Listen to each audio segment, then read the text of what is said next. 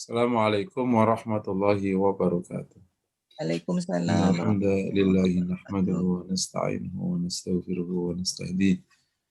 Wa na'udzu billahi min syururi anfusina wa sayyiati a'malina. Asyhadu an la ilaha illallah wa anna Muhammadan abduhu wa rasuluh. Allahumma fashalli wa sallim wa barik ala nabiyyina Muhammad wa ala alihi wa ashabihi wa man tabi'ahum bi ihsanin ila yaumiddin, amma ba'd. Jamaah majelis yang dirahmati Allah, mari bersama-sama kita berikan syukur kepada Allah pagi hari ini. Allah izinkan kita semua untuk memulai pagi dengan thalabul ilmi. Setelah kita ibadah kepada Allah, semoga diterima Allah Subhanahu wa taala. Mungkin amal-amal yang bisa jadi tidak terlalu besar, tapi semoga dengan niat yang baik Allah terima. Akhirnya menjadi sebab turunnya rahmat dari Allah Subhanahu wa taala. Nah, untuk diketahui kalau majelis Formula Hati itu rundown acaranya itu setelah pembukaan ada yang namanya sejenak bersama Al-Qur'an. Nah, biasanya yang baca itu jamaah terlebih dahulu, baru kemudian kita tadabburi. Tapi ini karena online mungkin dibuat singkat. Jadi setelah pembukaan oleh MC dilanjutkan dengan sejenak bersama Al-Quran. Ini istilah sejenak bersama Al-Quran, yakni tadabbur Al-Quran beberapa ayat. Setelah itu baru materi. Setelah materi tanya jawab, kemudian doa. Kalau ada waktu ya sekaligus zikir. Nah, jadi insya Allah mulai pertemuan kali ini di majelis yang Jumat pagi ini, setelah MC kita mulai tadabbur. Dan untuk majelis Formula Hati yang Jumat pagi ini, materi Tauhid, kita tadabbur surat Yasin. Nah, saya pilih surat Yasin.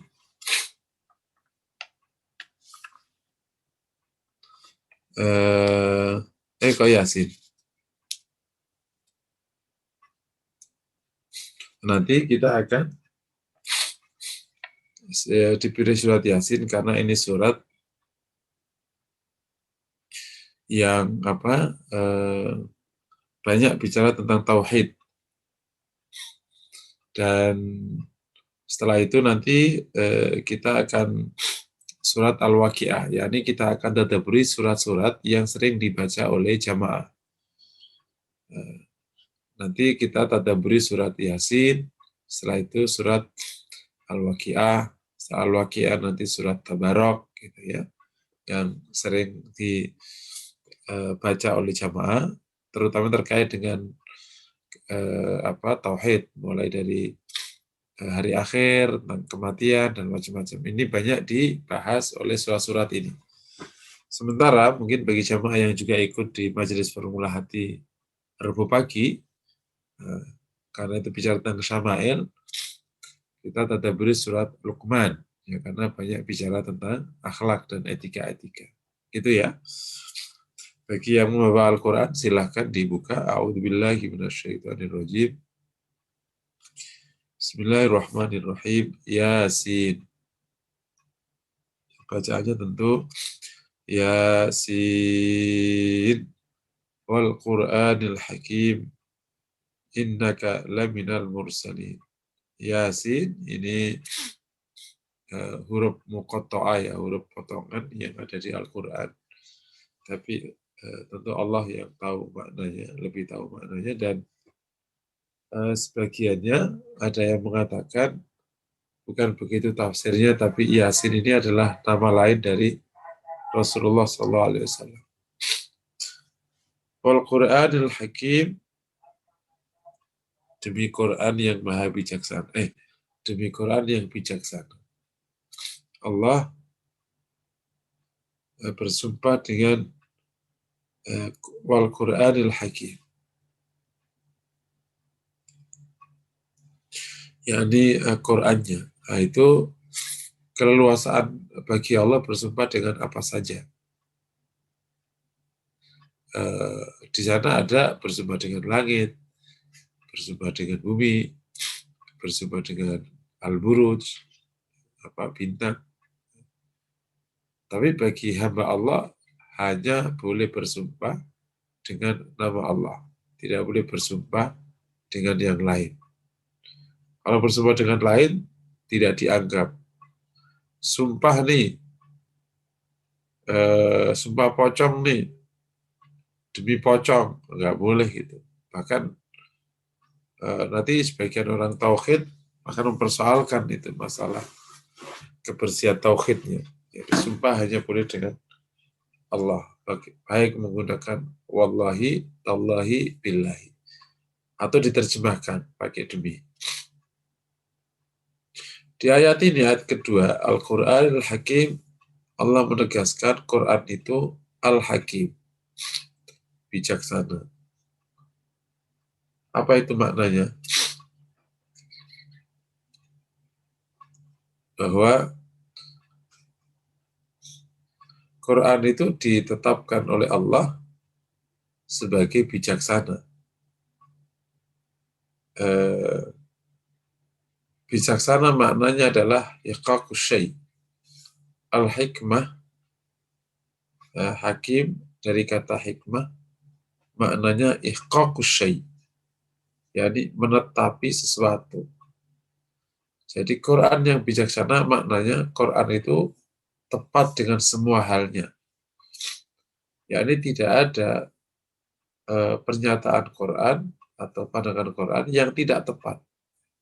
Oleh karena itu kalau kita menetapi Al-Quran, insya Allah tepat. Dan alhamdulillah dengan izin Allah banyak sekali penelitian yang membenarkan itu semua satu persatu. Bahkan kalau penelitian nggak membenarkan, tetap aja ujungnya benar. Tapi sebagaimana disebutkan oleh Allah, ia memiliki sifat Al-Hakim, yakni Quran yang tepat, yang bijaksana. Nah, kalau kemudian kita merasa Quran kok tidak tepat, misalnya, berarti kitanya yang harus diperbaiki. Saya juga mengibaratkan aslinya orang itu kalau ditaruh di bintang 5 itu seneng. Nah, gitu ya. Kok ada orang ditaruh bintang 5 kok nggak seneng? Pasti ada sesuatu. Ada orang dikasih bintang 5 kok nggak seneng? Apaan ini mah nggak enak, mendingan hidup di lantai, gitu, nggak pakai AC. Misalnya kayak gitu ya. Apaan nih? Bantal kok empuk. Ya, yang keras lah.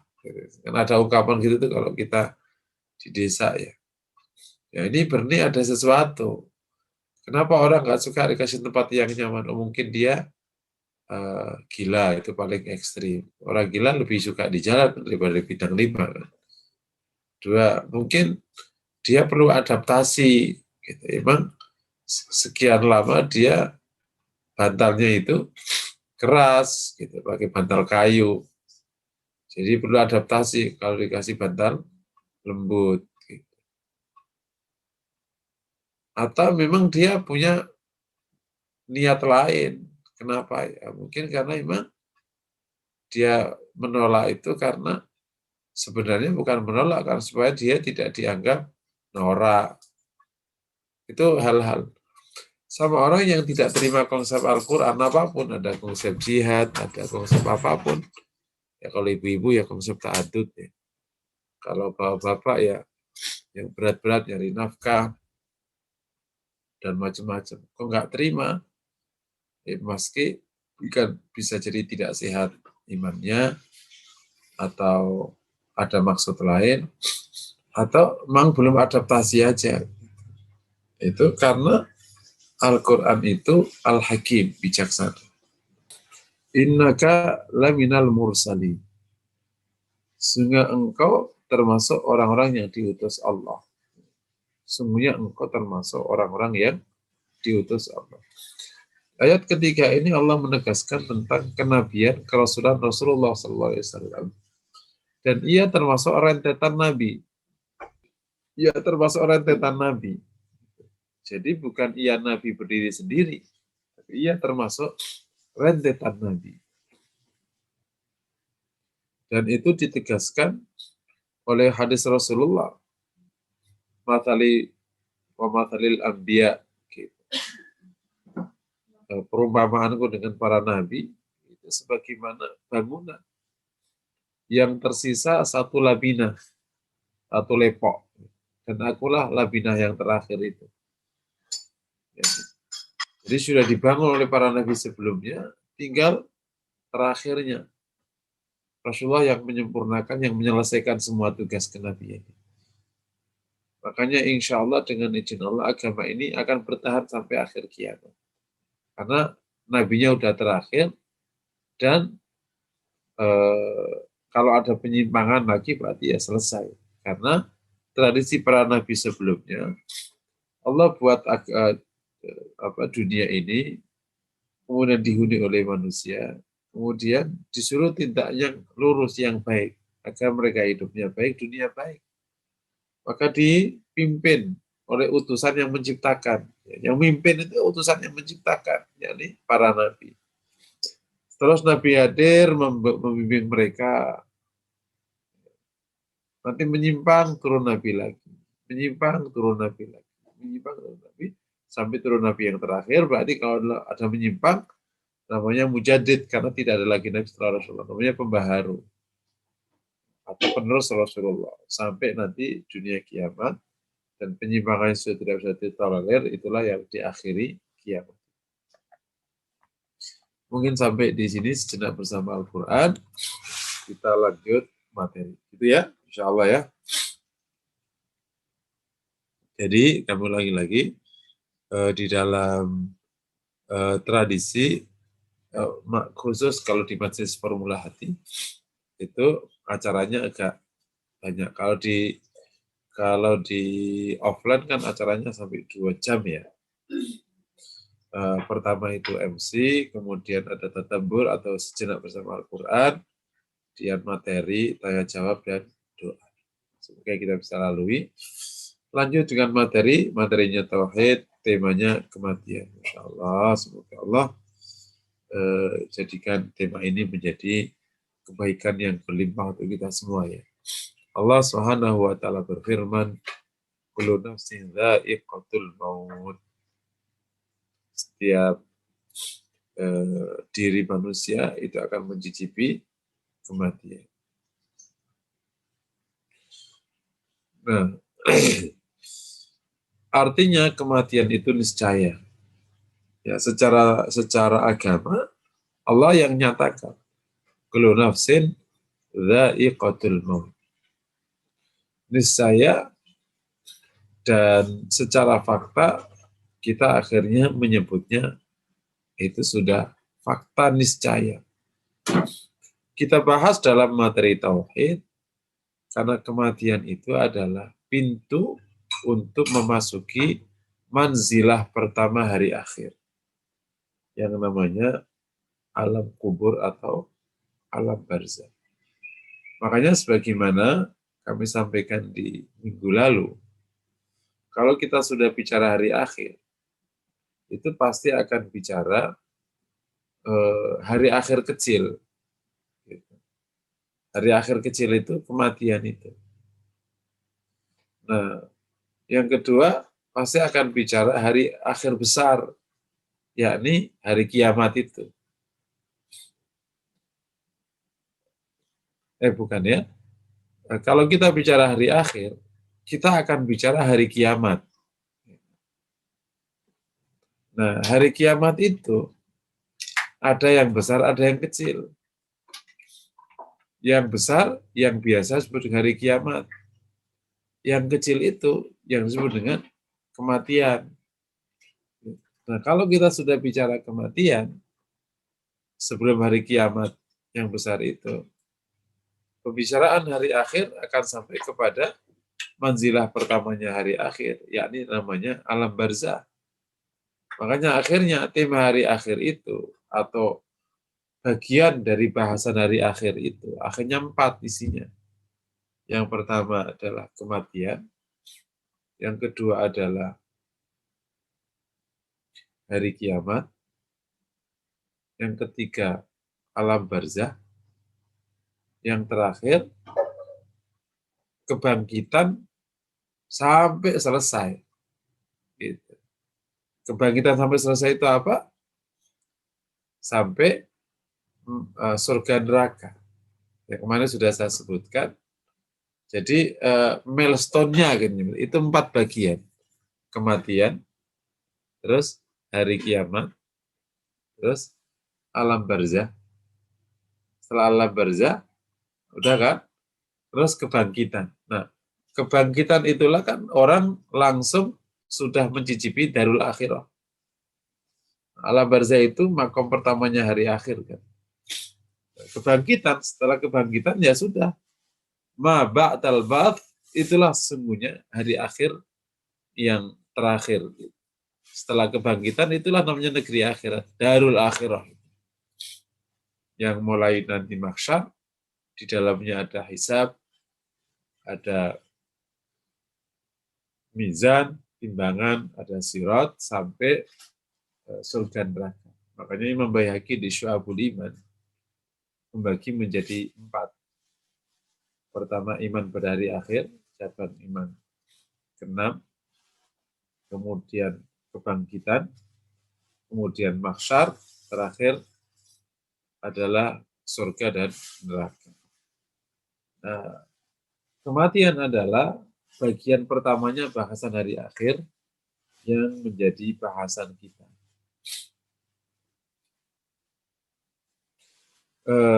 Jadi secara ayat jelas. Oleh karena itu, tidak ada orang yang tidak mati. Semua orang itu mati.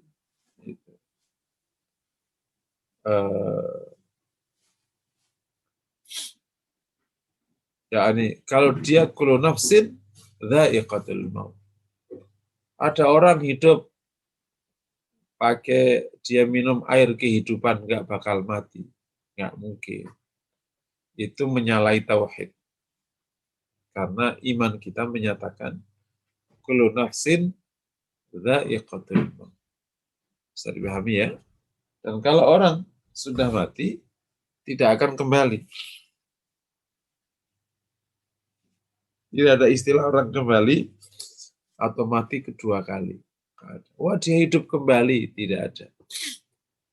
Kalau ada orang terasa hidup kembali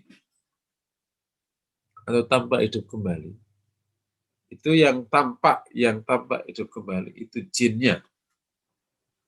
Jin yang menyerupa-rupa orang yang meninggal. Entah apa maksudnya, tanyain sama jinnya. Apa maksudnya? Nakut-nakutin, atau iseng, atau ada maksud lain untuk menggoda iman kaum muslimin atau iman masyarakat, supaya tidak lagi takut kepada Allah, tapi takut kepadanya. Atau bahkan bergeser menjadi syirik. Nanti meminta-minta kepadanya. Dan lain sebagainya. Kalau mati suri itu gimana? Namanya juga mati suri. Suri itu kan berarti bukan asli ya, belum mati sesungguhnya. Terus kenapa? Lah itu berarti rahasia kehidupan. Di konteks ini, kedokteran harus menjelaskan mati suri itu apa. Apakah seperti hewan yang sedang hewan kutub yang sedang masuk, kalau sedang ada musim dingin dia masuk, kemudian nanti pas lagi mulai musim semi kembali dia hidup kembali gitu. Nah, itu apa seperti itu atau seperti apa? Nah, itu orang medis melihat. Yang jelas bagi agama tidak ada kematian 2 kali. Kullu nafsin dha'iqatul. Jadi secara ayat clear, secara secara fakta oke. Nah, kematian ini perlu dihadirkan. Manfaat besarnya adalah tazkirah bagi manusia. Sebagaimana dinyatakan oleh baginda Nabi Sallallahu Alaihi Wasallam, kafa bil mauti wa idha. Cukup kematian itu sebagai nasihat. Nah, jemaah yang dirahmati Allah, semoga juga pagi hari ini kita mendapatkan nasihat banyak. Tentang apa itu? Kata Rasulullah kan, kafa bil mauti wa idha. Cukup kematian itu sebagai nasihat. Itu betul. Nasihat pertama tentang yang pertama, supaya kita memahami dunia ini bisa berakhir. Dunia ini berakhir. Kalau kita tahu kematian, kan akhirnya kita mengatakan kita akan berakhir. Apa kalau sudah berakhir itu? Bagi yang sedang punya masalah, menjadi ringan karena akan berakhir. Masalah itu berat kalau kita tidak punya keyakinan akan berakhir. Tapi ini akan berakhir dengan kematian. Bagi yang punya masalah, apapun masalahnya. Dan bagi orang mukmin setelah kematian itu adalah keindahan. Ya, semoga Allah mudahkan kelak di akhirat. Bagi yang mendapatkan kenikmatan, akhirnya bisa juga menghentikan kepongahannya karena akan berakhir. Jadi kematian menjadi nasihat, itu manfaat pertama. Nasihat di bidang apa saja akan mengurangi, membuat hati itu ringan terhadap urusan dunia. Kalau sedang punya masalah, maka akan ringan. Karena ingat, toh semua akan berakhir dalam kematian. Yang sedang tidak punya masalah, bahkan kebalik isinya kenikmatan, akan mengurangi tingkat kepongahannya dan tingkat kelalehannya. Karena toh akhirnya berhenti pada kematian. Oleh karena itu bagi kaum muslimin, kematian itu kabar baik, bukan kabar buruk. Bagi yang seakan-akan punya masalah setiap saatnya, ingatlah, hidup akan berakhir pada kematian. Bagi yang berlimpah-limpah, ingatlah kematian, agar engkau bisa tidak terlalu jauh dari Allah Subhanahu wa Ta'ala. Yang kedua, kematian ini akhirnya mendorong, ya, nasihat yang kedua ya. Nasihat yang kedua dari kematian kepada kita adalah mengajarkan tentang zuhud. Kalau sudah ingat mati gitu, ya sudah. Dunia ini ya nggak ada rasanya sudah. Betul ya? Ya dunia itu begitu itu. Kita jalani dalam rangka menjaga diri kita supaya berbuat baik. Gitu. Supaya halal, supaya benar, supaya agama ini kan mengajarkan dunia ini bukan untuk terlalu dicintai, tapi juga bukan untuk dibenci. Zuhud itu kan bukan menghindari dunia, tapi dunia itu sebagai jalan menuju kebaikan. Paling gampang, bahkan ada ulama mengatakan supaya kita nggak terlalu jauh memahami zuhud. Siapa saja yang berkomitmen untuk selalu hidup benar, dia telah memasuki dunia zuhud. Contohnya gini, dagang, ada peluang haram, enggak aku mau yang halal aja. Itu sudah zuhud. Aku takut pada Allah. Rumah tangga, aku yang gini aja deh. Gitu. Aku yang bener aja lah. Gitu. Supaya terhindar dari zina, maka akhirnya disuruh nikah. Ya udah, itu namanya sudah zuhud. Kerja, ada peluang jabatan, tapi caranya banyak yang haram, dan tidak ada ruang rukhsah dari agama, ya sudahlah segini aja. Itu sudah zuhud. Jadi orang yang berkomitmen untuk menjalankan hidup dengan benar, itu sudah zuhud. Dan benar itu ya nanti kembalinya ke hukum ya, ke fikih, bisa ke tauhid, bisa ke akhlak atau etika. Zuhud bukan berarti orang yang tidak mau dunia. Kalau tidak mau dunia itu rohbaniyah, kependetaan. Orang soleh bukan orang yang tidak mau dunia, tapi orang yang menjalankan dunia dengan benar. Nah, gitu kira-kira paling gampang gitu. Orang yang menjalankan dunia dengan benar. Gitu. Ya gimana ya, begini hidup benar itu gimana? Ya, menurut agama itu. Gitu. Makan yang halal, apa itu? Jalankan ibadah. Nah, orang saleh tingkatan-tingkatan. Nah, disitulah perlunya kita memiliki pilihan-pilihan amal saleh yang barangkali bisa menjadi andalan. Nasihat yang ketiga, kematian terhadap kita adalah insya Allah membuat kita terdorong untuk berbuat baik sebanyak-banyaknya dan mendorong kita menghindari hal haram sekuat-kuatnya. Dengan bahasa lain, kematian mendorong kita untuk taat. Bab taat ini terkadang ada resikonya.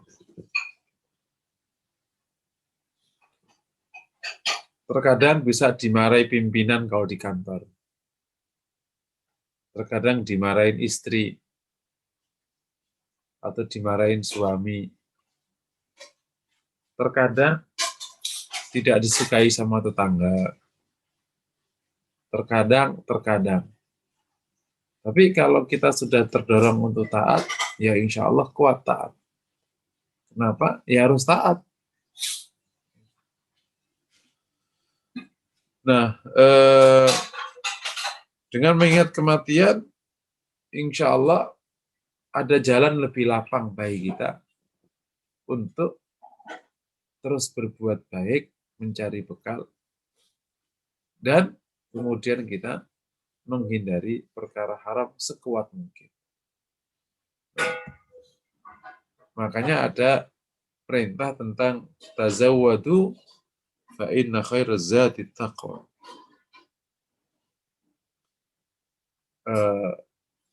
Mencari bekallah karena sesungguhnya sebaik-baik bekal itu adalah takwa.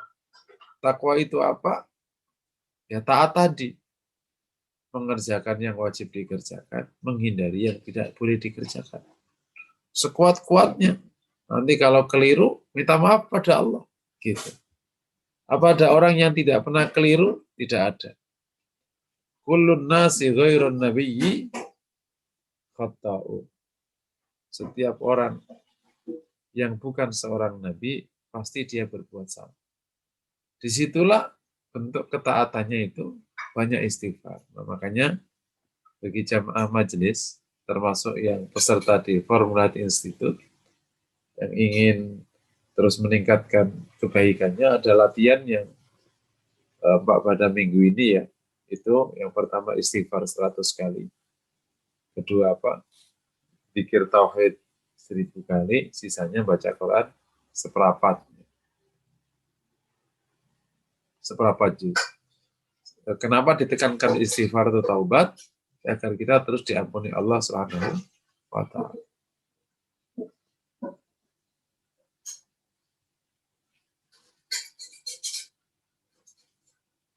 Nah, Ini menjadi penting agar kita tidak terlalu jauh.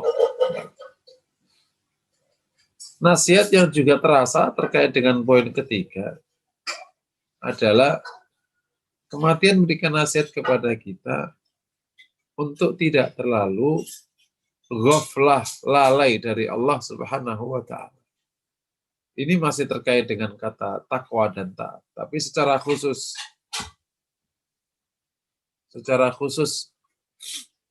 bahwa kematian membuat kita insya Allah berhenti ghaflahnya, lalainya, lalai, ada kematian, lihat kematian, Masya Allah ingat lagi. Ibarat orang nyopir nih kan harus lurus. Nah, udah mulai belok-belok, lurus lagi. Belok-belok, lurus lagi. Ngantuk-ngantuk, semangat lagi. Karena ingat kematian.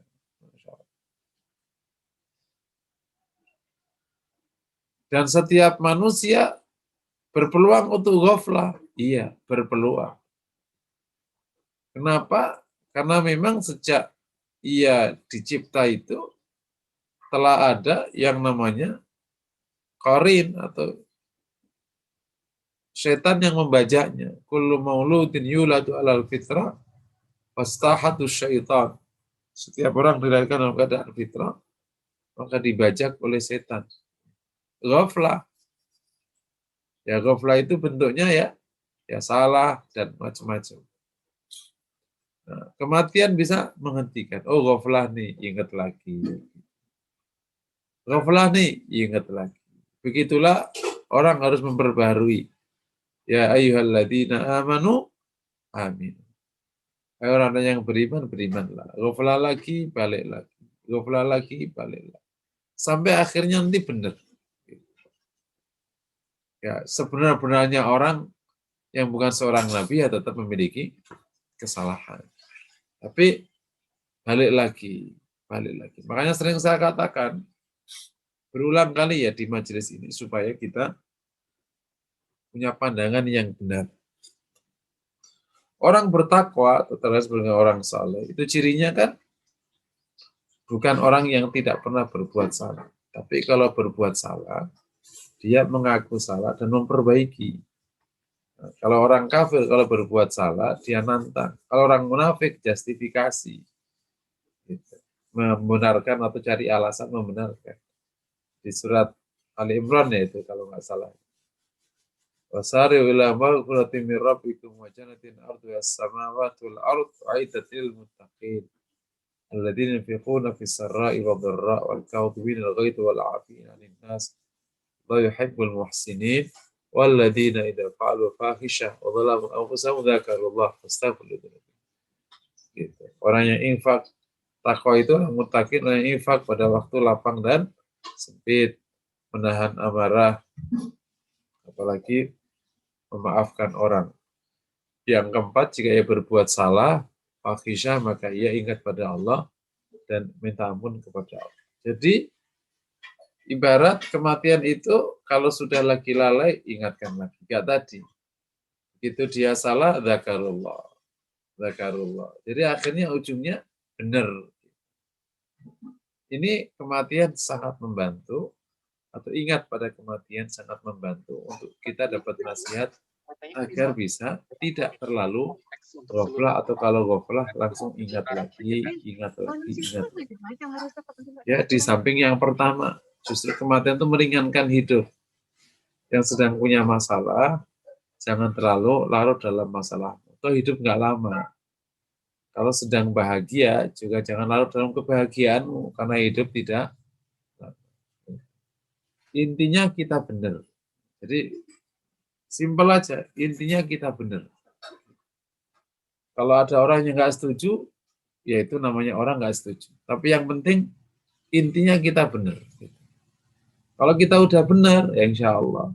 Semoga Allah tolong, Allah bantu. Kalau urusan dunia ini, ya begitu kan. Yang benar bisa dianggap salah, yang salah bisa dianggap benar. Yang penting, kita benar.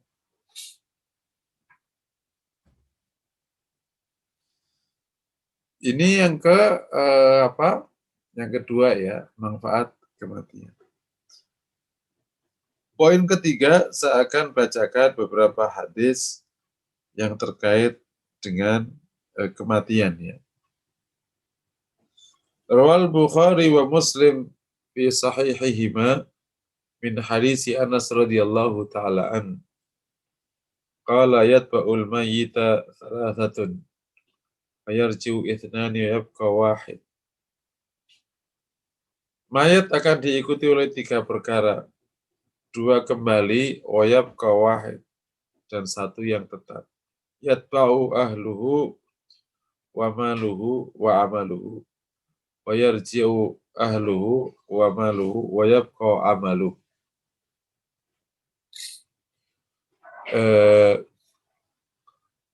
Ahlinya dan hartanya dan amalnya. Ia akan diikuti oleh keluarganya, hartanya, dan amalnya. Keluarganya dan hartanya kembali, dan tetaplah amalnya.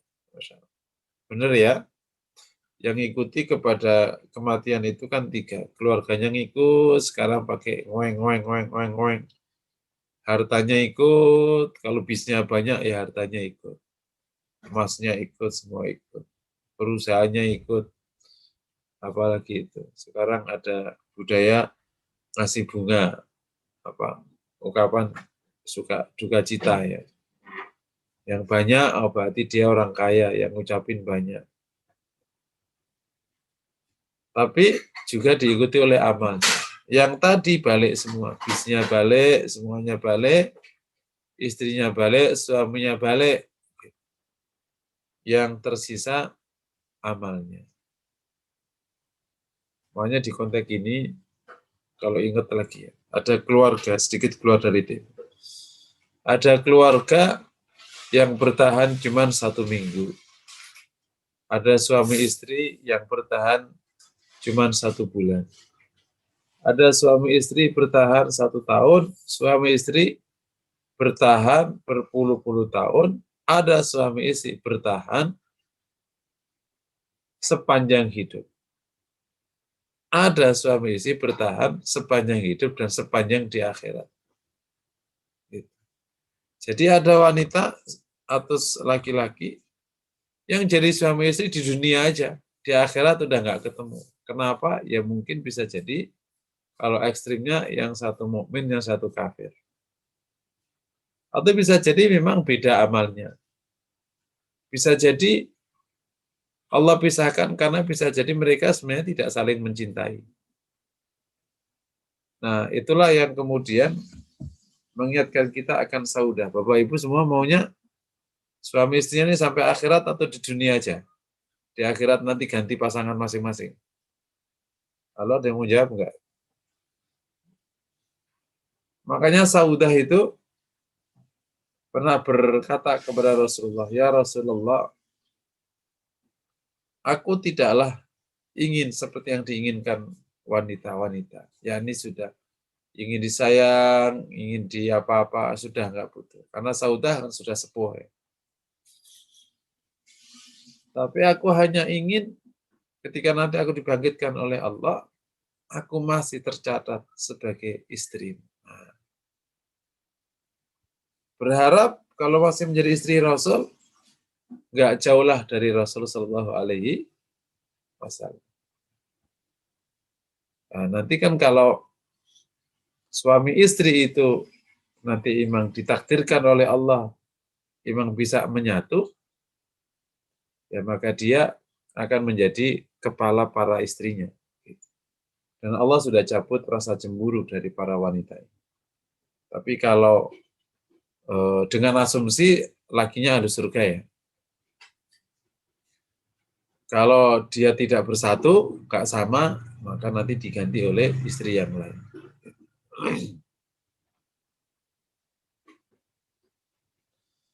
Di konteks ini, di hadis yang tadi barusan saya baca, titik tekannya adalah sebagaimana di nasihat kematian itu. Yakni agar kita ringan terhadap dunia dan akhirnya kita bisa fokus untuk beramal.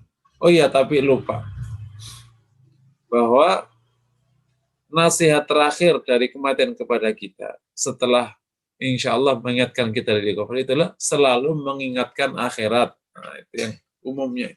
Selalu mengingatkan akhirat. Gitu. Selalu mengingatkan akhirat. Meskipun sudah tercover di kata zuhud ya, tapi biar kami tekankan kembali. Mengingatkan kita akan akhirat, akan surga, neraka, akan mahsyar, itu luar biasa baiknya. Jadi kalau kita sering mendatangi jenazah, ikut salat, akan ingat itu semua. Dunianya ringan, akhirnya semakin berat. Ya, kita kembali ke hadis-hadis yang terkait dengan kematian. Tadi bab tentang ada hadis juga riwayat Imam Bukhari Muslim, hadis sahih min hadis Aisyah radhiyallahu taala anha, anna Yahudiyah dakhalat 'alaiha فذكرت عذاب القبر فقالت لها عاذك الله من عذاب القبر فسألت عائشة رسول الله صلى الله عليه وسلم عن عذاب القبر فقال نعم عذاب القبر حق قالت عائشة فما رأيت رسول الله صلى الله عليه وسلم بعد صلى صلاة إلا تعوذ من عذاب القبر. Hadis Bukhari Muslim dari riwayat Aisyah, ia bercerita, Aisyah berkata bahwa seorang wanita Yahudi masuk ke tempat Nabi. Maka ia menyebut tentang adzabil qabr. Faqalat laha, maka Aisyah berkata kepada wanita Yahudi, semoga Allah menjagamu dari adab kubur. Fasa'alat Aisyah Rasulullah. Maka Aisyah bertanya kepada Rasulullah tentang adab kubur. Faqala na'am. Rasulullah berkata, na'am, adzabul qabri haqqun. Adab kubur itu benar. Nah, ini ya, memasuki konten tentang kematian. Adzabul qabri itu hak. Ini bukan utopia. Terus gimana? Nggak usah digimana-gimanakan. Pokoknya adab kubur itu ada. Nanti kita akan bahas hadis-hadis yang secara detail bahas itu. Kalau Aisyah bertanya, berkata, Fama ra'aitu Rasulullah dan seterusnya. Saya tidak melihat Nabi setelah ia sholat kecuali ia ta'awud dari adabul qabr. Ya. Ia berlindung dari adab kubur. Kalau di hadis ini Rasulullah doa ta'awud dari adab kubur itu setelah sholat. Tapi kalau di hadis yang lain doa adab kubur itu dijatuhkan bahkan di dalam sholat.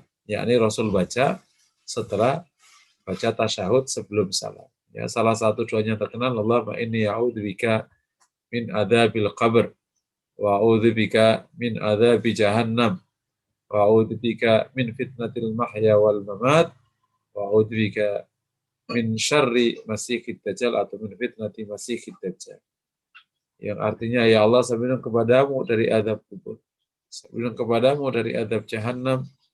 Saya berlindung kepadamu dari fitnah dunia dan kematian dan kehidupan. Saya berlindung kepadamu dari azab jahannam. Ini adalah meneladani Rasul SAW. Ternyata Rasul ketika menyebut azab kubur, Rasul disebutkan Aisyah selalu berdoa tentang ta'awud dari azab kubur setelah sholat. Abu Dawud di dalam sunannya dari hadis Utsman radhiyallahu taala anhu, anna Nabiy sallallahu alaihi wasallam kana idza faragha min dafnil mayyit waqafa alaihi wa qala istaghfiru li akhikum wa sallallahu tathbit fa innahu al-ana yus'al. Masyaallah.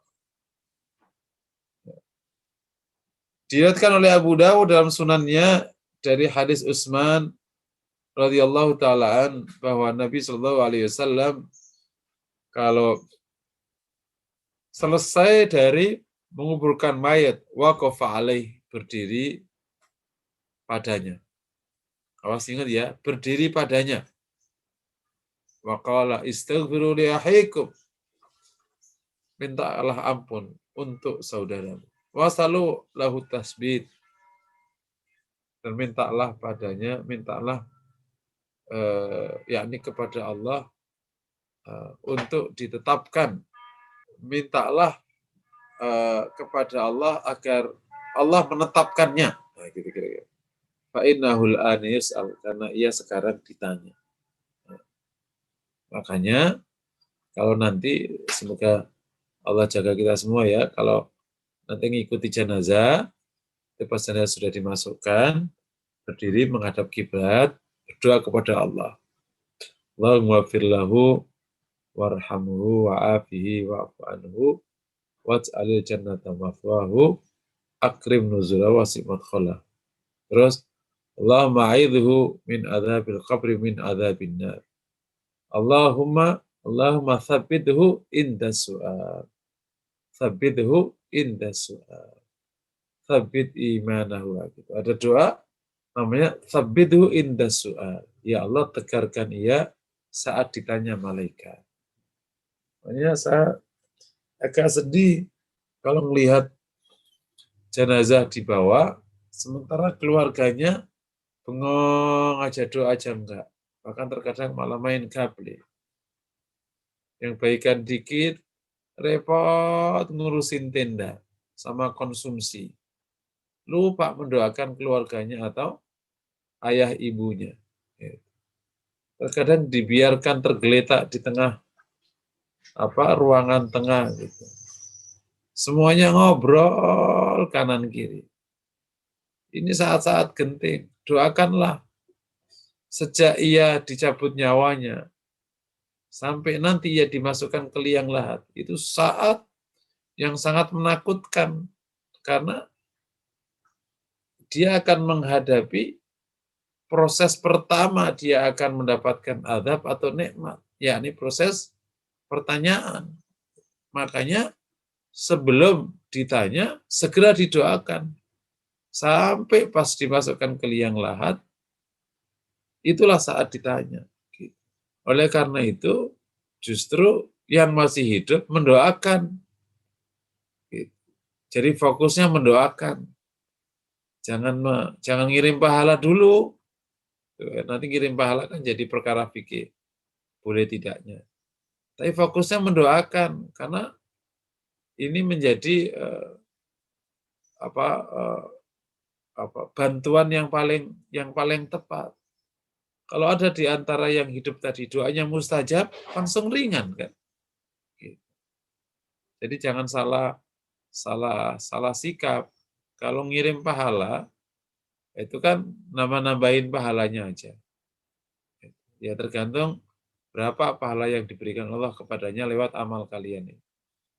Tapi kalau mendoakan, itu ibarat gini, orang udah mau ditahan, kalau ngirim pahala itu ngasih makanan kepada yang ditahan. Kasih uang saku, supaya nanti meringankanlah. Syukur-syukur, akhirnya dipakai untuk bayar denda. Nah, akhirnya bebas. Nah, itulah pahala yang bisa ngebebasin. Tapi kalau doa itu adalah permohonan kepada Pak Polisi yang nangkap supaya ngebebasin. Ini Pak, ternyata yang minta ini itu adalah orang yang sangat mujarab. Kenapa? Anak Pak Kapolri. Misalnya gitu, ini misalnya aja. Langsung disetujui. Kenapa? Karena orang ini benar. Memang dia kalau mengajukan permohonan bukan main-main karena dia tahu kasusnya ini salah paham ini. Oh gitu ya, dia iya. Nah, sudah aku bebasin. Gitu. Ada hamba Allah yang bisa jadi benar di antara yang melayat. Di sisi Allah dia orang mulia sekali. Allah tidak sama dengan hamba ini. Maka doanya dikabulkan, ya Allah, ampunilah hamba ini yang meninggal ini. Tegarkan ia waktu ditanya mungkar wa nakir. Allah terima doanya. Langsung tegar. Paham ya? Doakan dia. Namanya tapi itu. Kalau ingat kayak gini kan, jadi untuk apa sih tengkar-tengkar urusan dunia kan? Insya Allah. Ya, kita jalani hidup sebaik mungkin aja. An Anas ibn Malik radhiyallahu taala anin Nabi sallallahu alaihi wa alihi wasallam. Ini riwayat sebentar. riwayat Syekh Albani mensahihkan hadis ini di Al-Jami'. Anin Nabi sallallahu alaihi wasallam, "Udhkuril mauta fi salatik, fa innar rajula idza dzakara al-mauta fi salatihi la hariyun ayyuhsina salata. Wa shalli salata rajulin la yadunnu annahu yusalli salatan ghairaha wa iyyaka kullu amrin ya'tadiru minhu." Dari Anas ibn Malik radhiyallahu taala an dari Nabi sallallahu alaihi wasallam, ingatlah kematian dalam salatmu. Sesungguhnya seorang kalau ingat kematian dalam salatnya, dia akan berpeluang, sangat berpeluang untuk memperbaiki salatnya. Wa shalli salata rajulin la yadunnu an usalli salatan ghairaha. Salatlah sebagaimana salatnya seorang yang tidak menyangka bahwa dia bisa salat lagi selain ini, yakni salat ini salat terakhirnya. Wa iyyaka wa kullu amrin ya'tadiru minhu. Kalian takutlah akan perkara-perkara yang membuatmu beralasan dari hal itu. Jadi hadis ini menerangkan tentang kalau orang ingat kematian dalam salatnya, insya Allah akan mendorong dia untuk lebih baik salatnya. Dan bahkan Nabi menyuruh kita salat sebagaimana salatnya orang yang tidak lagi bisa salat selain salat tadi, yakni ini salat terakhir. Masya Allah, ini luar biasa. An Jabir radhiyallahu taala anin Nabi sallallahu alaihi wasallam, "Law anna ibna Adam haraba min rizqihi kama yahrubu minal maut, la atrakahu rizquhu kama yudrikuhul maut." Hadis rawahu Al-Albani fi Sahih Jami', hadis Jabir bin Abdullah dari Jabir bin Abdullah. Seandainya, yang artinya seandainya anak Adam itu lari dari rizkinya sebagaimana ia lari dari kematian, tentu rizkinya akan mendapatinya sebagaimana kematian akan mendapatinya.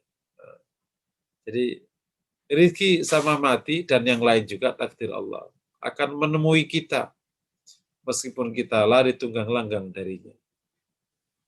Sebagaimana juga rizki dan juga kematian tidak akan menemui kita meskipun kita kejar 1000 kali, tetap aja tidak akan ketemu kita. Ya, jadi tugasnya kalau di konteks rizki dicari sebagaimana yang Allah perintahkan dan selebihnya diserahkan kepada Allah. Kematian, tugasmu hidup sehat, hidup baik, ya, hidup sehat agar Allah panjangkan umur kita. Selebihnya Allah yang akan menetapkan urusannya karena kematian akan mendatangi kita meskipun kita lari. Ini hadis luar biasa ya. Seandainya Ibnu Adam itu lari dari rizkinya sebagaimana ia lari dari kematian, maka rizkinya akan menemuinya sebagaimana juga kematian akan menemuinya. An Mahmud ibn Ubaid al-Ansari anin Nabi sallallahu alaihi wasallam qala, "Ithnatani yakrahuhuma ibnu Adam." Dua perkara itu anak Adam itu nggak suka. Yakrahul mauta wal mautu khairun lahu minal fitnah. Dia benci kematian, padahal kematian itu lebih baik baginya daripada fitnah. Ini bukan ngomongan orang putus asa ya, bukan. Emang benar. Kematian itu baik bagi orang mukmin karena menghindarkan, menyelesaikan fitnah. Wa yakrahu qillatal mal wa qillatul mal aqallu lil hisab. Dan orang itu suka punya harta dikit. Dan harta dikit itu lebih sedikit hisabnya. Itu benar kan? Masya Allah. Jadi ini disindir oleh Rasulullah kita ini. Dua perkara yang kita nggak suka, padahal itu baik. Tidak suka mati, padahal mati itu baik untuknya. dan tidak suka harta sedikit, harta sedikit itu sedikit pula hisabnya. Tentu bukan berarti kalau kayak gini yuk mati bareng, yuk miskin bareng, bukan ya. Artinya ini kita di warning sama hadis agar menyiapkan kematian dan menempatkan kematian itu wajar. Sebagaimana kelahiran ada kematian. Bukan sampai dihindari sehindar-hindarnya, malah rupa amal solehnya. Fokus berobat, tapi luka amal solehnya. Sama dengan masalah kemiskinan. Orang nggak ada yang suka. Atau harta sedikit. Tapi bukan berarti disuruh hidup fakir atau miskin. Ya, karena banyak dorongan kita harus beramal soleh, berzakat. Tapi sekiranya Allah takdirkan kematian, maka ridolah. Sekiranya Allah takdirkan harta sedikit, ridolah. Banyak syukurnya, banyak qanaahnya, ridho kepada Allah. Luar biasa itu. Yang sedikit, insya Allah menjadi nikmat. Mungkin rumah tidak besar. Kalau kita syukur, kita qanaah, insya Allah baik. Mungkin rumah kurang bagus, kalau syukur, kalau qanaah, baik. Ingatlah rumah Rasulullah. Ini bukan berarti kita disuruh punya rumah kecil ya. Rumah itu pantas saja. Tapi harus diingat rumah Rasulullah itu nggak besar. Tapi melahirkan wanita-wanita mulia di rumah itu. Istri-istri Rasulullah luar biasa. Melahirkan seorang Hasan dan Husain yang menjadi Sayyidah Ahlil Jannah. Pangerannya penduduk surga, pemimpinnya. Sebagaimana melahirkan seorang putri mulia yang menjadi juga penghulunya para wanita di surga. Namanya Fatimatuz Zahra. Tapi terkadang ada rumah hebat melahirkan penduduk neraka. Naudzubillah. Orang-orang yang berbuat buruk. Naudzubillah. Mirip masjid. Masjid Rasulullah hanya lepokan bata. Melahirkan para panglima perang. Lihatlah masjid kita. Indahnya tak terkira. Nggak melahirkan siapa-siapa. Jadi mau saya, kita normal saja urusan dunia ini. Sekira Allah kasih banyak, kita bersyukur. Kalau tidak, ya itulah yang terbaik. Yang penting, yang jelas, kita usaha, kita usaha, kita usaha, kita usaha. Sebagainya Allah tetapkan untuk kita. Berhenti tidak boleh, tapi juga melebihi batas juga tidak boleh. Karena waktu, rupanya insya Allah tema kematian ini akan kita bahas lagi di pertemuan berikutnya. Karena kita belum bahas prosesi kematian, ya. Masalah tentang Israel datangnya seperti apa, akan kita bahas. Ini baru 3 poin ya, tentang tentang keniscayaan kematian. Yang kedua, fadilah atau faidah manfaat kematian. Yang ketiga, hadis-hadis yang terkait dengan kematian. Mungkin sampai di sini dulu, kita akan lanjutkan pada pertemuan berikutnya. Karena waktu sudah jam berapa ini? Jam 6.30. Silakan kalau ada pertanyaan, dipersilakan. Aku qouli hadza. Wassalamualaikum warahmatullahi wabarakatuh. Waalaikumsalam warahmatullahi wabarakatuh. Ustadz, ada pertanyaan di chat ya Ustadz. Betul Bu. Tadi Ibu Wati minta diulang lagi atau di-share doa untuk mayit tadi Ustadz. Oh ya, oke. Oke, saya bacakan ya. Nanti di-share ke siapa? Ke Bu Juli aja. Nanti biar ditaruh di WA ya. Boleh, tapi dibacakan juga Ustadz. Silakan Ustadz. Ya, Allahumma inni a'udzubika. Ada buku yang juga bisa dibeli kalau nanti lupa-lupa. Itu buku Sifat Salat Nabi. Nanti di bab terakhir tentang doa-doa itu ada doa ini ya. Belilah buku Sifat Salat Nabi Syekh Albani. Ya, ada doa-doa di belakang. Nah, ini salah satu doanya. Allahumma inni a'udzubika min adzabil qabr. Wa a'udzubika min adzabi jahannam. Wa a'udzubika min fitnatil mahya wal mamat. Wa a'udzubika min fitnatil masiihid dajjal. Saya ulangi lagi. Allahumma inni a'udzubika min adzabil qabr. Wa a'udzubika min adzabi jahannam. wa a'udzubika min fitnatil mahya wal mamat wa a'udzubika min fitnatil masiihid dajjal. Yang artinya, ya Allah, saya berlindung kepadamu dari azab kubur. Dan saya berlindung kepadamu dari azab jahannam. Saya berlindung kepadamu dari fitnah kehidupan dan kematian. Dan saya berlindung kepadamu dari fitnah al-masiihid dajjal. Wallahu a'lam bishawab. Silahkan. Ya. Ustadz, lanjutnya Ustadz. Ada, halo, ya. Ya, Saya lanjutkan dulu ya Ustadz, sebentar. Padahal, Bu. Lagi, ya. Dari Ibu Eis Sustini, kalau mendoakan melalui WA, nggak apa kan? Musim pandemi ini sering tidak bisa takziah jika mendoakannya. Oh, boleh mendoakan lewat WA, lewat saluran apa, yang penting kita mendoakan. Bagus. Oke. Ya. Kalau yang doa ketika takziah, Ustadz? Doa ketika takziah itu adalah azzamallahu ajrak. Azzamallahu ajrak. Semoga Allah memberikan pahala besar kepadamu dari musibah ini. Ya. Artinya gitu.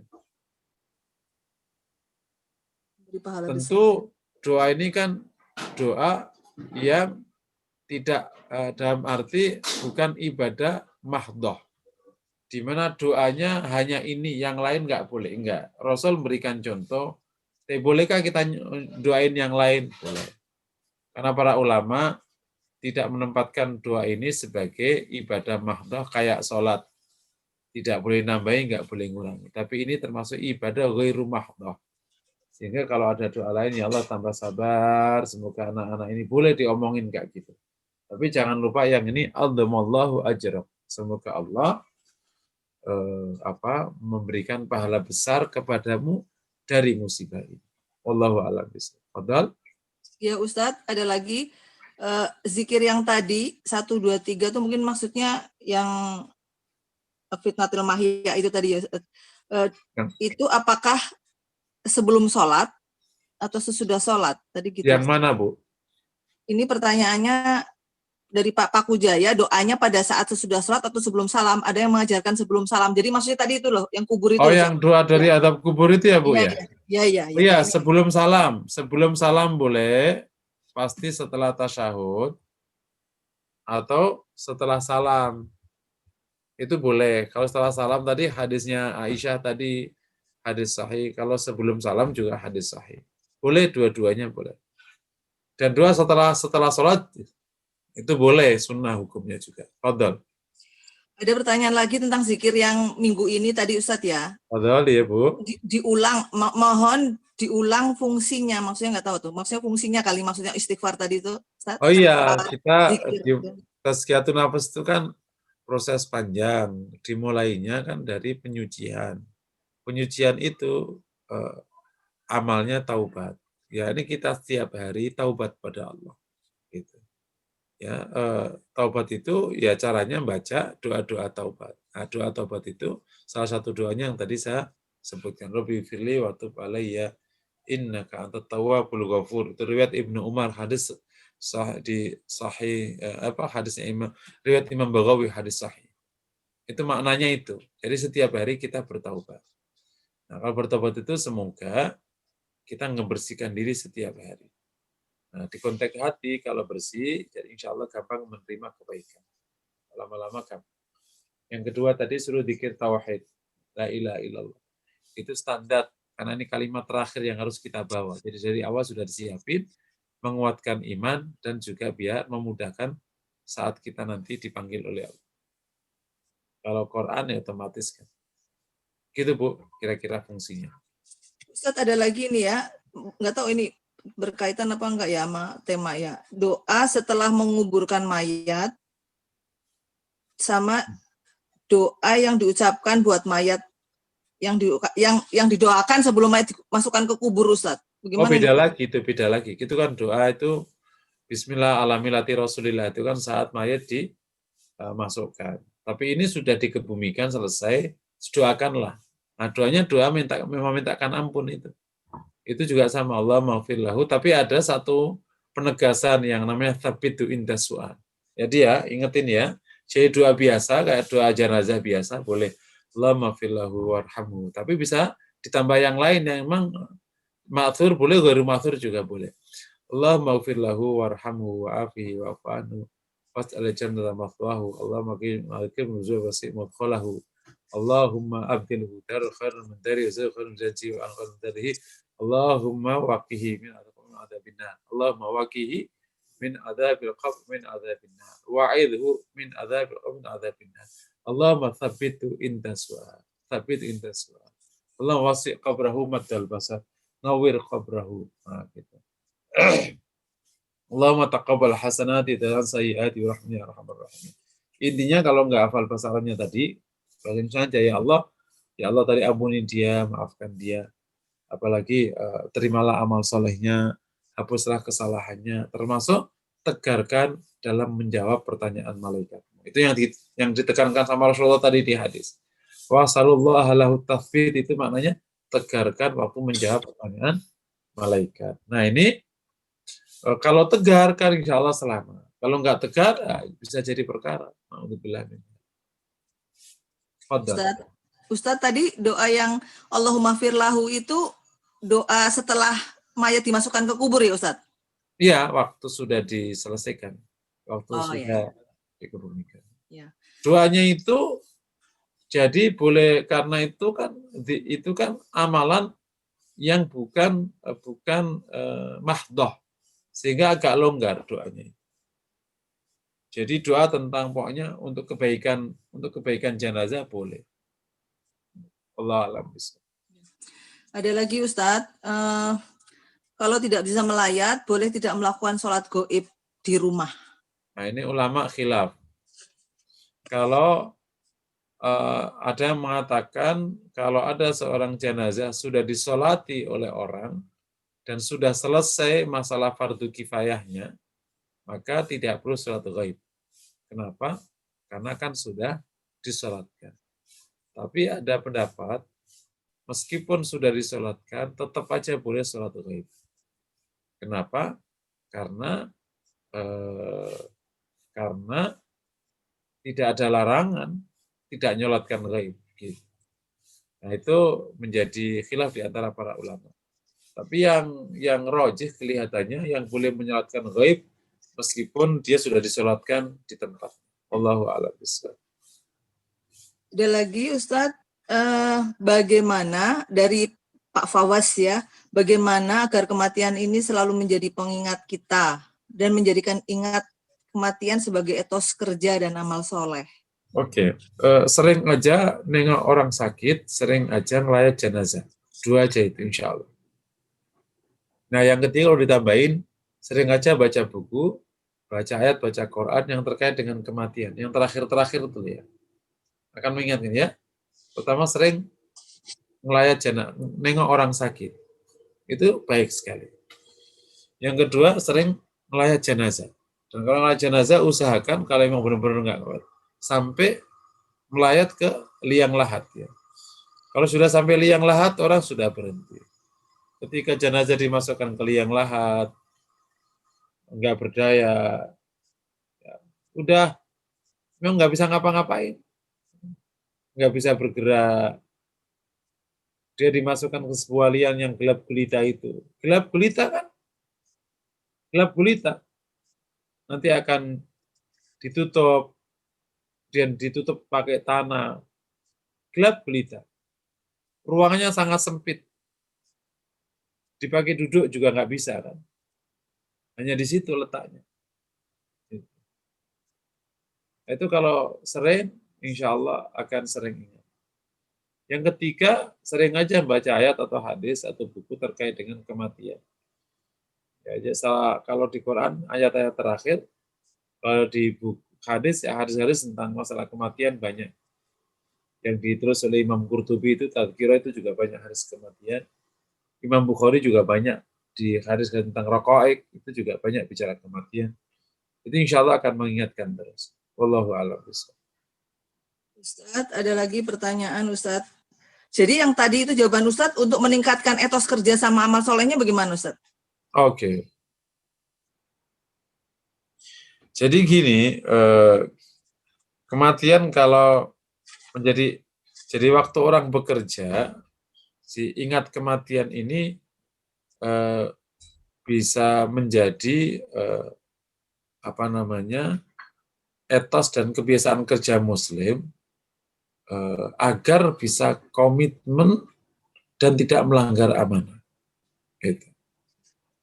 Jadi di dalam pekerjaan kalau didorong ingat kematian menjadi etos kerjanya, ini baik sekali.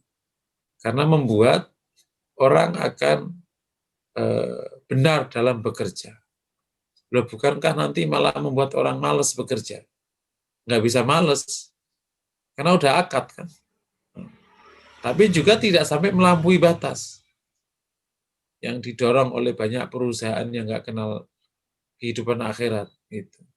Tapi menjustifikasi agama, pakai agama untuk mendorong sampai melampaui batas. Sampai hak keluarga dilanggar, hak Allah dilanggar, hak keluarga dilanggar. Itu melampaui batas. Mengingat kematian, kalau jadi etos kerja, bagus, agar orang bertindak tepat. Tidak melampaui batas, sampai nggak tahu waktu, nggak tahu tempat. Atau di bawah batas, sehingga akhirnya malas dan lain sebagainya. Tapi justru menjadi proses pekerjaan yang proporsional. Benar akhirnya. Kenapa dia profesional? Ya karena ini akad kerjanya. Kenapa nyampe target? Karena ini akad kerjanya. Dan semoga akhirnya membawa pulang rezeki yang halal. Ini bagus sekali kalau mau ditaruh di perusahaan. Bagus sekali kalau mau. Dengan komitmen jangan sampai disalahpahami ya. Jangan sampai ingat kematian hanya dipakai untuk menjustifikasi hasrat dunianya. Nanti kasihan urusan kayak gini. Tapi justru dipakai untuk membuat kita benar supaya akhirnya dunianya hasan dan akhiratnya hasan. Wallahu a'lam bishawab. Padahal ada lagi Ustadz dari Pak Agung, apa saja kewajiban atau keutamaan bagi keluarga dalam pengurusan jenazah anggota keluarganya?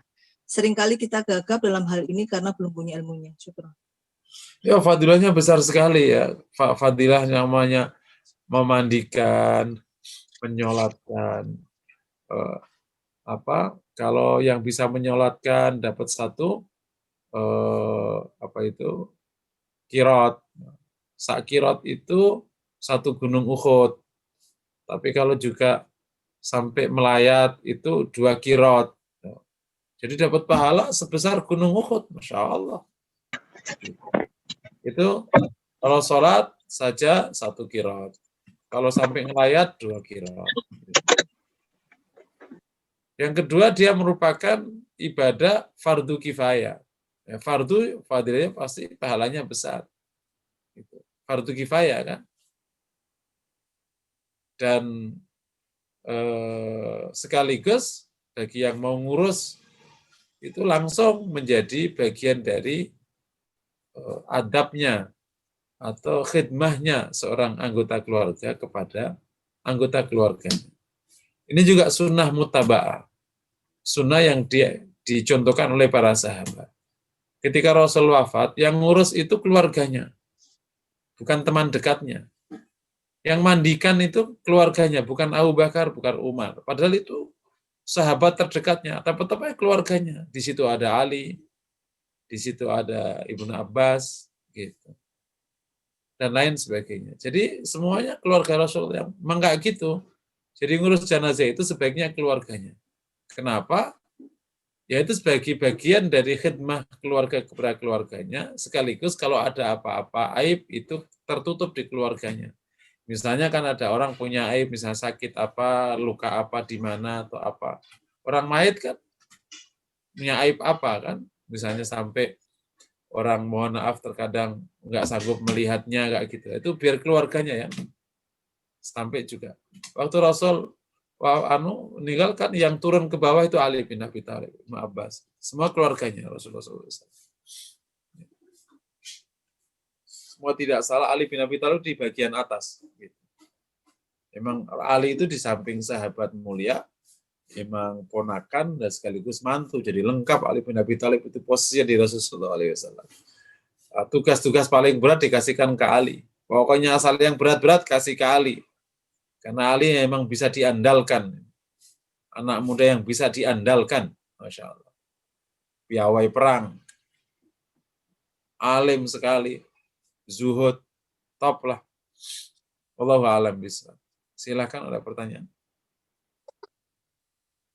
Ada lagi ya? Nah, jadi sebentar lupa Bu. Nah, tapi kita ini akhirnya gagap, makanya perlu para jamaah itu di samping kita sendiri yang kursus ngurus jenazah, keluarganya juga diikutkan kursus ngurus jenazah. Gitu. Mulai dari mengkafani, terus memandikan, mengkafani, menyolati, terus mengkuburkan. Jangan sampai gagap. Sebisa mungkin. Ya nanti kalau nggak bisa akhirnya tetangga atau siapa yang paling ngerti ngurus. Tapi baik juga kalau keluarga itu ngerti ngurus jenazah, gitu, ngerti. Semua kita baik bisa ngurus jenazah itu baik, gitu. Karena ini amal soleh yang luar biasa. Dapat berkirot-kirot loh. Sholat sama ngelayat aja itu 2 kirot. Berarti yang lain-lain insya Allah. Gitu. Wallahu a'lam bishawab. Fadal? Ya Ustadz, belum ada lagi ya, kayak saya lihat chat juga, chatnya udah nggak ada, belum ada. Oke. Kalau yang raise hand juga nggak ada. Oke. Saya. Oke. Oh ada siapa? Sebentar Ustadz, saya lihat dulu ada yang teriak. Saya. Ya, siapa? Silakan Pak, masuk, nggak ada kelihatan di sini Pak. Fadal. Enggak. Silakan yang mau bertanya. Ya, Assalamualaikum Pak Ustadz. Waalaikumsalam warahmatullahi wabarakatuh. Aku lihat. Saya mau bertanya Pak Ustadz, tapi mungkin ini agak menyimpang sedikit ya dari topik ini. Tapi karena ada hubungan dengan kematian, makanya saya coba bertanya. Nah, kalau di dalam surat Al-Waqi'ah, Al-Muluk kalau nggak salah saya, ayat kedua, di situ ada firman Allah tentang aku ciptakan kematian dan kehidupan sebagai ujian agar kamu menjadi orang-orang yang soleh atau bagaimana gitulah. Iya. Nah, apa maksudnya yang paling ini? Baik kok amalnya. Kematian kok disebut sebagai ujian? Oh. Dan kehidupan, kalau kehidupan mungkin kita mengalami banyak ujian dan ujian ya kan. Tapi kok kematian disebutkan juga sebagai ujian gitu lah. Nah, ini mohon penjelasannya Pak Ustaz. Terima kasih. Assalamualaikum. Ya, itu Al-Mulk ayat 2 ya. Ya, Alladzi khalaqal mauta wal hayata liyabluwakum ayyukum ahsanu amala. Ia menguji kalian, ia menciptakan kematian dan kehidupan untuk menguji kalian siapa di antara kalian yang paling baik amalnya. Ya. Allah menciptakan ada mati, ada kehidupan, menguji kalian siapa yang paling baik amalnya. Oke. Kalau dalam kehidupan menguji paling baik amalnya, terasa gampang memahaminya. Betul ya kata Bapak ya. Nah, kematian dianggap sebagai paling baik amalnya di mana? Bagi yang hidup, ketika melihat ada kematian, dia bisa berbuat baik nggak? Itulah letak ujiannya. Waktu ini orang ini hidup menjalani hidup. Nah ini betul, dia diuji mana yang paling baik amalnya.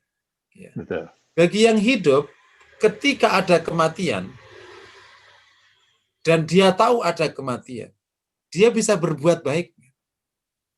Berbuat baik kepada yang mati. Ini ujian dia. Yang namanya akhirnya ngurus jenazah. Ya. Berbuat baik kepada yang mati. Akhirnya sampai menemani saudaranya ke tempat pemakaman terakhirnya. Bisa berbuat baik nggak? Ya, bisa. Berbuat baik untuk dirinya. Bisa nggak setelah dia melihat ada kematian itu? Bisa nggak dia berbuat baik lagi? Semakin baik, semakin baik, semakin baik, semakin baik. Yang tadi kita sebut, kafa bil mauti wa'idha. Cukup kematian sebagai nasihat. Allah ciptakan kematian untuk mengujimu. Dikasih kematian, bisa nggak kau malah lebih berbuat baik? Atau malah biasa saja? Termasuk di dalamnya, ketika Allah ciptakan kehidupan dan kematian, untuk mengujimu kalian berbuat baik, karena waktu kematian itulah waktu terakhir kau menjadi, waktu terakhir pembuktian perbuatan baikmu. Apakah kamu husnul khotimah atau su'ul khotimah. Jadi dalam kematian itulah pembuktian terakhir perbuatan baikmu. Su'ul khotimah atau husnul khotimah. Dan setelah kematian, masih menggunakan kata kematian, itulah juga bukti kebaikanmu. Apakah engkau mendapatkan nikmat kubur atau mendapatkan azab kubur. Naudzubillah min dzalik. Kalau mendapatkan nikmat kubur, berarti engkau telah lulus ujian. Tetapi kalau mendapatkan azab kubur, berarti naudzubillah. Wallahu a'lam bishawab. Bisa dipahami ya insya Allah ya. Fadal, ada pertanyaan lain? Fadal. Ustaz nanya, Pak Ustaz nanya. Fadal. Assalamualaikum warahmatullahi wabarakatuh. Waalaikumsalam warahmatullahi wabarakatuh. Mau nanya soal jenazah. Pada saat jenazah sebelum ditutup mukanya dengan kain kafan, kan ada si pengurus jenazahnya, katakan si Ustadz, mengasih tahu kepada istrinya, anaknya, semua penantu keluarga dekat lah, supaya mencium kening si jenazah. Nah, itu memang disunahkan atau tidak? Itu yang pertama. Oke. Itu dulu, Pak. Ya, Abu Bakar melakukan itu untuk Rasulullah. Abu Bakar melakukan itu untuk Rasulullah. Dan Abu Bakar melakukannya di depan para sahabat. Sehingga para ulama menyebut itu bagian dari tindakan baik yang bisa ditiru. Jadi, Abu Bakar melakukan itu untuk Rasulullah. Dan di Arab, penghormatan itu salah satu bentuknya adalah mencium kening. Salah satu bentuk penghormatan di Arab mencium kening. Nah, karena Abu Bakar melakukannya untuk Rasulullah dan di tengah kerumunan para sahabat, apalagi sosok seperti Abu Bakar, diyakini tidaklah mungkin melakukan itu kecuali itu pasti sesuai dengan syariah. Ya. Dasarnya apa? Ijma' sahabat. Sahabat tidak ada yang menolak tindakan Abu Bakar itu. Maka akhirnya disunahkan atau diajarkan. Wallahu a'lam bishawab. Nah, kalau ini ada kejadian nyata ini. Saya ikut bantu ketika si ustadznya bilang, "Ibu silakan anak-anak ibu cium kening bapaknya." Terus langsung ibunya bilang, "Jangan, tidak usah dicium," katanya. Anaknya pun kaget, akhirnya nggak berani. Itu gimana tuh, Pak Ustaz? Ya, itu ada semacam pemahaman di antara masyarakat. Namanya masyarakat kan kebanyakan ya. Khawatir kalau nanti nyium nangis, air matanya nanti netes, kemudian menambahi adab kuburnya. Itu nggak ada urusannya. Nggak, mayat tidak ditambahi adabnya oleh perbuatan orang di luar. Meskipun memang ada hadis tentang adab kubur bagi orang yang diniyahah namanya. Niyahah itu orang yang ditangisi kematiannya sampai ngerupek-ngerupek baju. Tapi para ulama mengatakan hadis terkait dengan bertambahnya adab kubur bagi mayat yang diniyahai, itu ditangisi sampai berlebihan itu dimaknai sebagai karena dia waktu hidup nyuruh kepada orang supaya nanti kalau mati ditangisi sedahsyat itu. Karena waktu di zaman jahiliyah, kehormatan orang itu terletak kepada jumlah yang nangis dan gaya menangisnya. Kalau menangis yang ngerobek-ngerobek baju dan banyak menangis, dia berarti orang mulia dan orang baik yang rindukan kehidupannya dan kematiannya sangat tidak diharapkan, sangat memilukan semua orang. Tapi kalau ada orang di zaman jahiliyah meninggal satu pun nggak nangis, berarti dia orang yang diinginkan kematiannya. Sudahlah biar mati, jangan bikin ruwet aja. Nah, akhirnya orang jahiliyah itu punya kebiasaan nyuruh orang supaya nanti kalau dia mati ditangisi. Nah, itu ada hadis tentang azab kubur akibat ditangisi orang. Nah, akhirnya lahir mitos, pemahaman yang nggak pas. Jangan sampai kau nangis depan orang meninggal sehingga netes airnya ke enggak.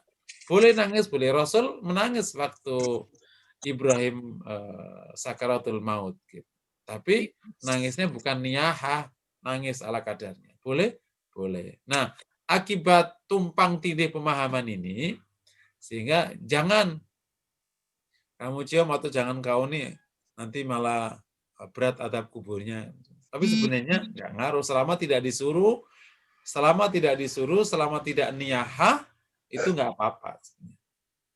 Tentu bagi orang mukmin ya tidak boleh kan dia niyahah sampai nangis jerit-jerit apa gitu tentang kematian seseorang, kan nggak boleh memang. Wallahu a'lam bishawab. Mengenai kembang 7 rupa saat dimandikan dengan sampai dibawa ke kuburan, itu memang kudu harus wajib, tidak wajib, dan tidak sunnah. Makasih. Tidak sunnah, bahkan tidak sunnah. Tapi bukan berarti nggak boleh gitu. Itu kan pempang tentang keharuman yang baik disertakan kepada mayit aja. Dulu kan Rasul mengatakan menggunakan buah bidara itu. Ya udah itu aja. Yang sunnah ya pakai buah bidara itu, daun bidara itu. Ya udah itu aja kalau mau ngikuti yang sunnah asli, nggak usah ditambah yang lain-lain. Cuman para ulama mengatakan tambah yang lain nggak apa-apa karena itu dianggap ghairu mahdhah. Karena esensinya adalah agar bersih, agar wangi. Makanya termasuk boleh nggak pakai sabun, boleh aja pakai sabun. Gitu. Yang penting suci dan wangi, itu aja. Nah, akhirnya lahir baju lagi. 7 rupa, lahir budaya baru 9 rupa, macam-macam. Ini budaya-budaya. Gitu. Nah, sehingga terkadang sebagian ulama mengatakan nggak boleh, takut bid'ah. Gitu. Kalau terus dilonggarkan begini. Gitu. Nah, kalau pesan saya kepada jamaah, cukup yang sudah ada aja, paling banter ke sabun misalnya, sama daun bidara. Udah itu aja. Udah cukup insya Allah. Wallahu a'lam bishawab. Baik, terima kasih. Kalau 7 rupa di Madinah nggak ada daun 7 rupa. Ya, bayangkan aja di Madinah ada nggak daun 7 rupa di Madinah gitu. Coba Pak Kusari sebutkan aja bunga apa di Madinah. Di Madinah nggak banyak bunga di sana lah. Kalau sahabat pakai 7 rupa, sahabat lari kemana nyarinya? Harus ngimpor dulu. Wallahu a'lam. Ustadz masih ada pertanyaan, boleh waktunya Ustadz? Boleh, terserah Bu MC lah. Ya. Ini Ibu Nurul Hayati. Kalau kita sering bermimpi ibu kita yang sudah wafat, itu hikmahnya apa? Dan apa sunnahnya yang harus kita lakukan? Oke. Ya, mimpi ketemu orang yang sudah wafat itu ya itu urusan mimpi ya. Yang pertama ya, makna secara khusus tidak ada, oh ibu kita nunggu kita, enggak gitu. Beberapa ulama ketemu para ulama-ulama yang sudah wafat terus terjadi dialog, ya itu bagian dari mimpi. Hikmahnya ya mungkin kita yang paling banter kita doakan dia itu, yang paling banter. Kita doakan beliau kalau orang tua. Yang kedua, kalau kita ada nasihat dari orang tadi ngomong apa waktu mimpi, kita lihat nasihatnya. Cocok sama syariah, cocok ya kita jalankan. Boleh nggak? Boleh aja. Tentu penetapannya pakai syariah gitu. Meskipun semua proses yang ada di mimpi tidak pernah boleh jadi dalil, termasuk kalau mimpi ketemu Rasulullah gitu. Jadi itu bagian dari kebaikan. Jadi kalau ditanya apa, ya doakan aja yang baik. Yang kedua, jalankan aja nasihat-nasihatnya. Itu mungkin barangkali hikmah yang bisa kita ambil dari kalau kita mimpi ketemu orang meninggal. Mimpi kan punya dunianya sendiri, punya hukumnya sendiri ya. Secara dalil dia tidak bisa menjadi dalil apapun. Ya tapi ya baik, kalau mimpi baik ya itu baik sekali. Wallahu a'lam bishawab. Lagi Ustadz pertanyaannya dari Ibu Hani, bagi orang Muslim kematian merupakan kabar baik bukan kabar buruk. Pertanyaannya, kenapa kita selalu mengucapkan duka cita apabila ada orang wafat? Ya, karena kita mengajarkan doa inna lillahi wa inna ilaihi raji'un. Itulah duka citanya itu sebenarnya. Jadi di muka bab budaya aja. Kalau ucapan kita kan sebenarnya inna lillahi wa inna ilaihi raji'un. Sesungguhnya kami milik Allah, kembali kepada Allah, dan kami kembali kepada Allah. Ada kemudian ditambahin saya ikut berduka cita, saya ikut, itu kan tambahan dari orang-orang kita. Gitu. Kalau aslinya kan tidak begitu. Kalau kita keluarkan bahasa ucapan duka cita itu ke dalam bahasa Arab, nggak ketemu. Dan juga budaya di sekarang ya tidak begitu kan gini. Saya ikut berduka cita, saya ikut ana ma'aka fil huzni, ana ma'aka fil huzni ala wafati abik. Itu tidak lumrah ucapan itu. Tapi ucapannya kalau kita ya, kalau dari tradisi Islam yang akhirnya juga ada di tradisi di negeri Arab yang baik sana, bukan negeri Arab yang hancur ya, negeri Arab yang baik, itu tradisinya inna lillahi wa inna ilaihi raji'un, apa namanya, ma qaddarallahu, kok lupa saya, Allahumallahu ajrak wa afraq alaihi sabra, misalnya wa afraq alaika sabr, semoga Allah memberikan balasan yang besar atas kematian ini dan memberikan kesabaran untukmu. Gitu ucapannya. Bukan aku ikut berduka atas kematian dan ikut sedih. Enggak ada ungkapan itu. Gitu. Kita ngomongnya innalillahi wa inna ilaihi raji'un, Allahumma fillahu warhamhu wa'afi wa'fu anhu. Doa semua doa baik gitu. Kemudian kita mendoakan orang yang ditinggal, semoga besar pahalamu dan Allah berikan kita padamu kesabaran. Gitu, Bu. Jadi kalau kemudian kita sedih, ya itu karena tradisi kita aja. Kalau Ibu misalnya mau pakai tidak itu, ya nggak perlu. Secara umum saya, kalau ada kematian, jarang menggunakan, biasanya orang awam aja. Saya ikut berduka cita atas, nggak ikut. Ya langsung aja kita doakan.